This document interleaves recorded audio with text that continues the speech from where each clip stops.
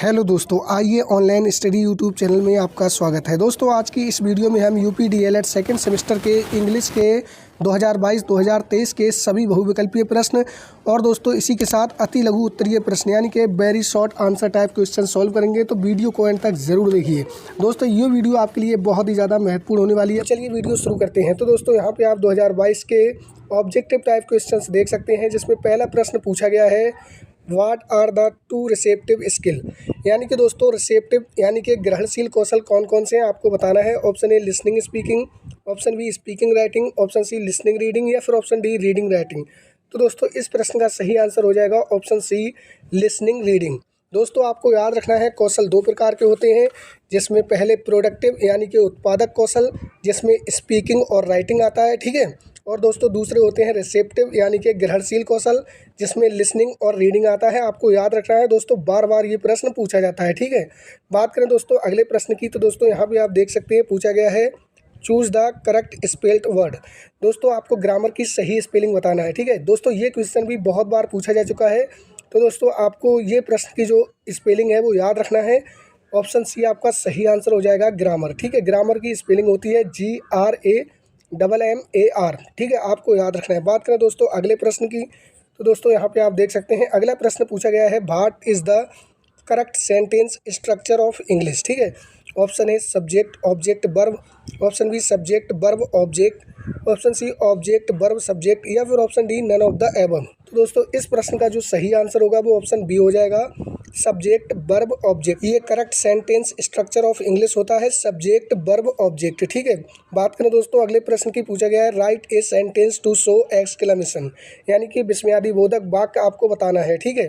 Option A I will go to school, option B how sweet is Payal, option C Kajal is a brilliant student, option D weather is hot. तो दोस्तों इस प्रश्न का जो सही answer होगा वो ऑप्शन बी हो जाएगा, हाउ स्वीट इज़ पायल, ठीक है। जो मार्क होता है ये एक्सक्लेमेशन मार्क होता है, ठीक है। बात करें दोस्तों अगले प्रश्न की, तो यहाँ पर आप देख सकते हैं पूछा गया है, doctor West method mainly focuses on. Option A reading, option B listening, option C speaking, option D writing. तो दोस्तों इस प्रश्न का सही आंसर हो जाएगा ऑप्शन ए रीडिंग, ठीक है।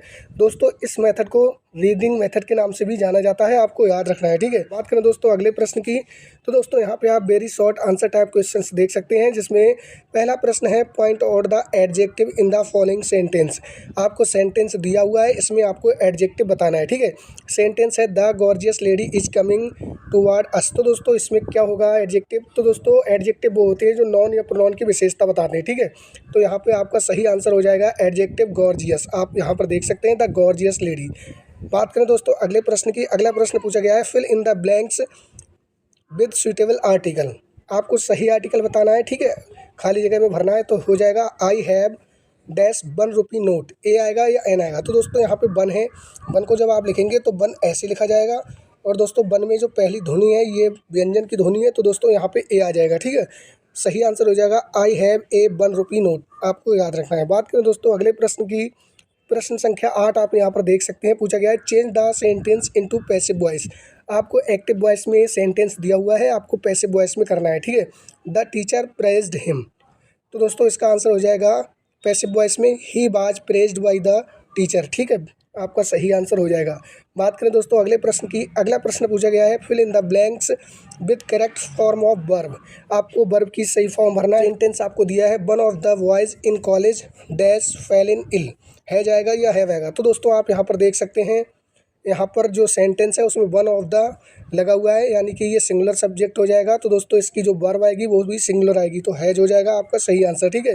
हो जाएगा one of the boys in college has fell in इल।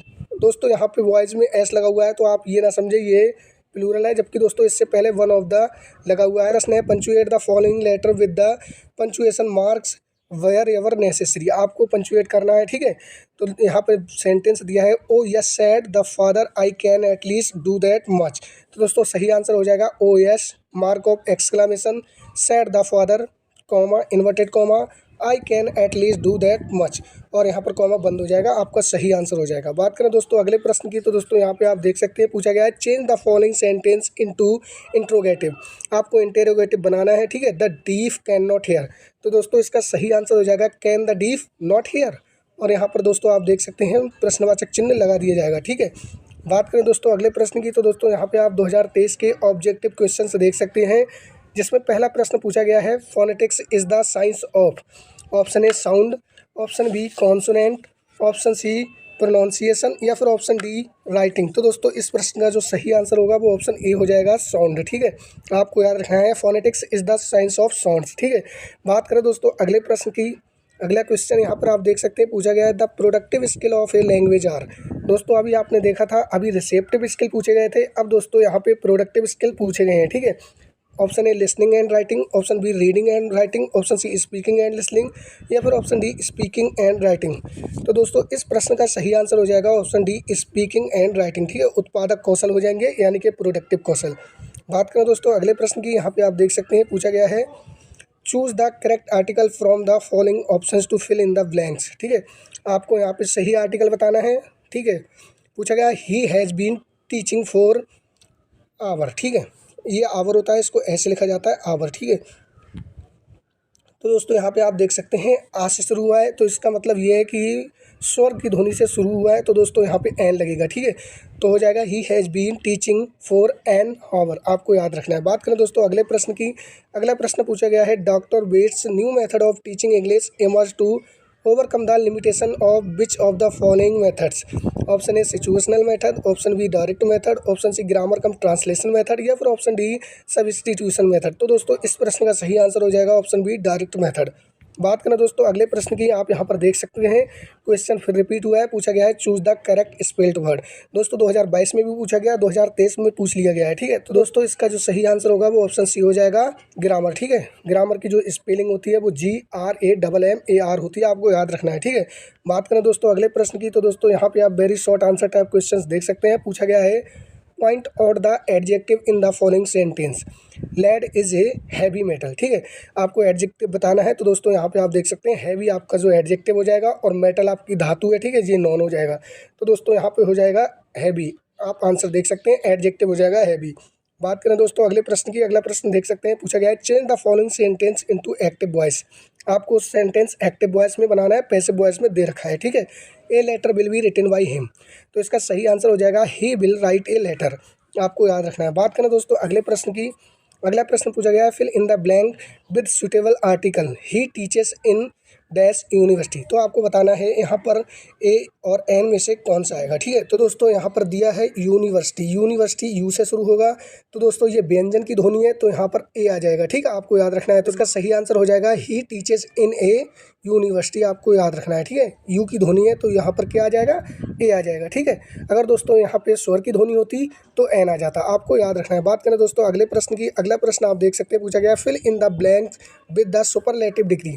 आपको सुपरलेटिव डिग्री बतानी है। Mount Everest is the dash peak of the Himalayas, तो यहाँ पे आपको सुपरलेटिव डिग्री यूज करनी है। ठीक है, तो हो जाएगा mount Everest is the highest peak of the Himalaya. ठीक है, आपको याद रखना है, हाईएस्ट हो जाएगा। बात करें दोस्तों अगले प्रश्न की। अगला प्रश्न पूछा गया है change the following sentence into past continuous tense you spoke, ये सेंटेंस दिया हुआ है। ठीक है, तो इसका सही आंसर हो जाएगा पास्ट कॉन्टिन्यूअस टेंस में यू वर स्पीकिंग। ठीक है, पास्ट कॉन्टिन्यूअस टेंस में बाज वर का प्रयोग होता है, तो दोस्तों आप यहाँ पर देख सकते हैं हो जाएगा यू वर स्पीकिंग। बात करें दोस्तों अगले प्रश्न की और लास्ट प्रश्न की, तो दोस्तों यहाँ पे आप देख सकते हैं पूछा गया है change the following sentence into negative sentence.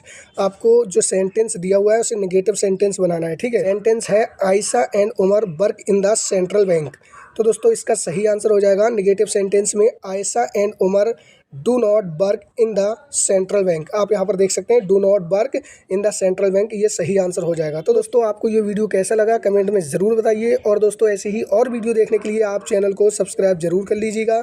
मिलते हैं किसी नेक्स्ट वीडियो में किसी नेक्स्ट क्लास के साथ।